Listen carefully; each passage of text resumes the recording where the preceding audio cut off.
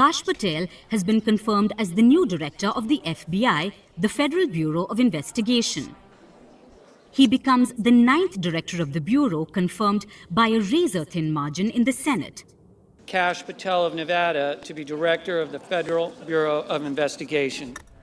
The staunch Trump loyalist now takes charge of the very institution that he once vowed to dismantle. Kash, or Kashyap Pramod Patel, was born to Gujarati parents in New York. He was raised as a Hindu. In his memoir, Kash says he grew up apolitical. But in college, he became more right-wing. In 2005, he got a law degree from Pace University. For 9 years, he worked as a public defender in Florida. In 2014, he joined the Department of Justice, setting the stage for a career that would take him to the highest levels of power. During Trump's first term, Kash Patel quickly became a key player. He advised the Director of National Intelligence, then rose to become the Chief of Staff to the Secretary of Defense. Even after Trump's term ended, Kash Patel remained loyal. He wrote 2 children's books talking about how Trump was cheated in the 2020 polls.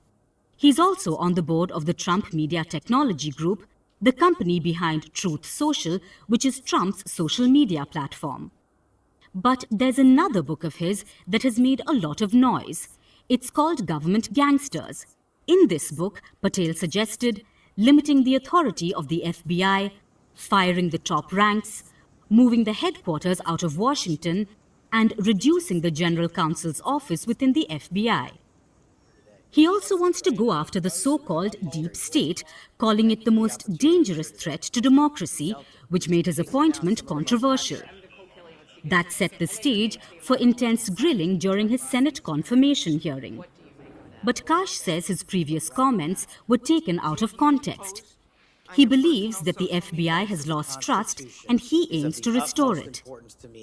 Due process must be provided without bias to all Americans. And if we cannot provide due process to the worst, then there can be no due process for anyone.